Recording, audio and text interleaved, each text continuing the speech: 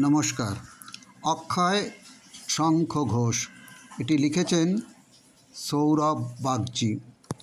রইল পড়ে তার পদ্যসমূহ এই সুবিশাল ভুবন ভূমির মাঝে, অগন্তি পাঠকগণের মধ্যে রইবেন তিনি জীবিত সকাল ও সাঁঝে।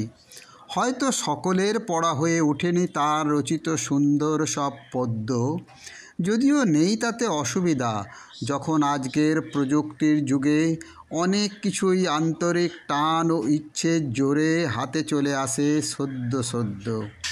ভাবুক ও চিন্তাশীল মনে তিনি তার সৃষ্টিকর্ম রেখে দিয়ে চিরতরে পাড়ি দিলেন সুদূর স্বর্গপানে।